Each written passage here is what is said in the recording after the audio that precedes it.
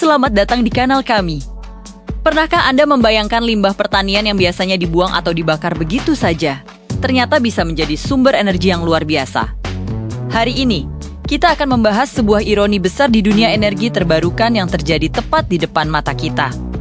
Melibatkan Indonesia dan negara tetangganya, Timor Leste. Tema kita adalah jerami padi, sebuah harta karun yang seringkali terabaikan. Timor Leste, negara yang mungkin tidak langsung kita asosiasikan dengan inovasi energi, ternyata telah membuat gebrakan yang mengagumkan. Lewat sebuah perusahaan bernama Bobibos, mereka berhasil mengubah jerami padi menjadi bahan bakar industri secara massal.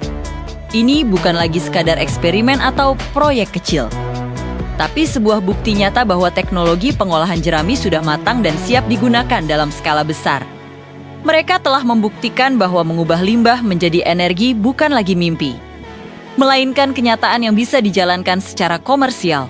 Lalu, bagaimana dengan Indonesia? Sebagai salah satu produsen padi terbesar di dunia, Indonesia menghasilkan jutaan ton jerami padi setiap tahunnya. Sekah logika, kita seharusnya menjadi pemimpin dalam pemanfaatan energi dari jerami.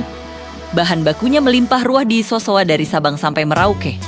Tapi kenyataannya, kita justru tertinggal. Potensi emas hijau ini masih teronggok tak berdaya. Mengapa bisa begitu? Apakah kita tidak punya teknologinya? Ataukah kita kekurangan sumber daya manusia yang mumpuni? Jawabannya ternyata jauh lebih sederhana, namun juga lebih rumit. Akar permasalahannya bukan terletak pada teknologi atau ketersediaan bahan baku, melainkan pada regulasi. Ya, Anda tidak salah dengar. Kebijakan pemerintah yang ada saat ini ternyata menjadi penghambat utama. Aturan-aturan yang berlaku dinilai belum berpihak pada inovasi energi terbarukan dari limbah pertanian. Tidak ada insentif yang jelas bagi para investor. Tidak ada jalur cepat bagi para produsen untuk memulai produksi massal bahan bakar dari jerami. Ibaratnya, kita punya mobil balap canggih dengan bahan bakar melimpah, tapi jalannya ditutup oleh portal birokrasi yang rumit. Mari kita lihat lebih dalam.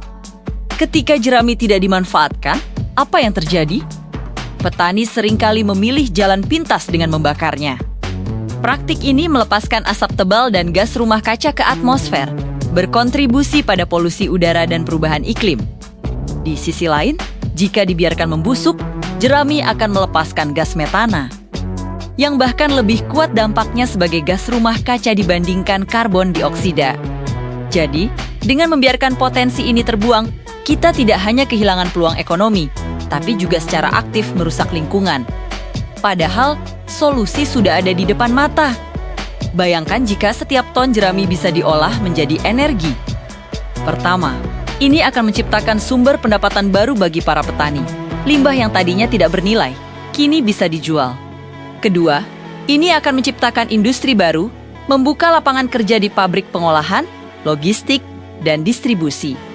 Ketiga, kita bisa mengurangi ketergantungan pada bahan bakar fosil yang harganya terus naik dan cadangannya semakin menipis. Ini adalah langkah konkret menuju kemandirian dan ketahanan energi nasional. Energi dari jerami bisa digunakan untuk pembangkit listrik di pedesaan, bahan bakar untuk industri kecil dan menengah, atau bahkan diolah lebih lanjut menjadi produk energi lainnya. Keberhasilan Timor Leste dengan Bobibos seharusnya menjadi tamparan keras sekaligus inspirasi bagi Indonesia. Mereka menunjukkan bahwa dengan kemauan politik dan regulasi yang mendukung, hal yang tampaknya mustahil bisa menjadi kenyataan. Teknologi sudah ada dan terbukti berhasil. Bahan baku kita punya lebih dari cukup. Yang kita butuhkan sekarang adalah aksi nyata dari pemerintah. Pemerintah perlu segera merevisi dan menyederhanakan regulasi yang ada. Ciptakan payung hukum yang kuat dan memberikan kepastian bagi para pelaku usaha. Berikan insentif fiskal, seperti keringanan pajak, bagi perusahaan yang berinvestasi di bidang energi jerami. Permudah proses perizinan agar inovasi tidak mati di meja birokrasi. Ini bukan lagi soal apakah kita bisa, tapi apakah kita mau.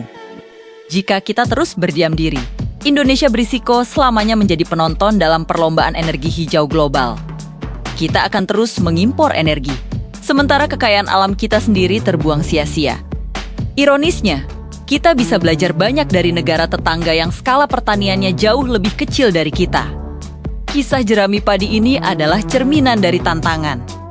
Yang lebih besar, bagaimana kita sebagai bangsa mampu beradaptasi dan memanfaatkan inovasi untuk masa depan yang lebih baik.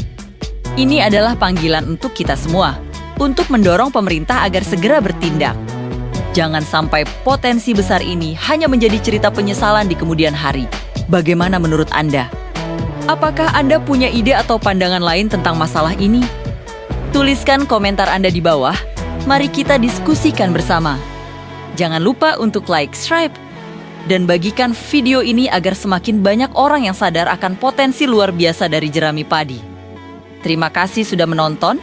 Sampai jumpa di video berikutnya.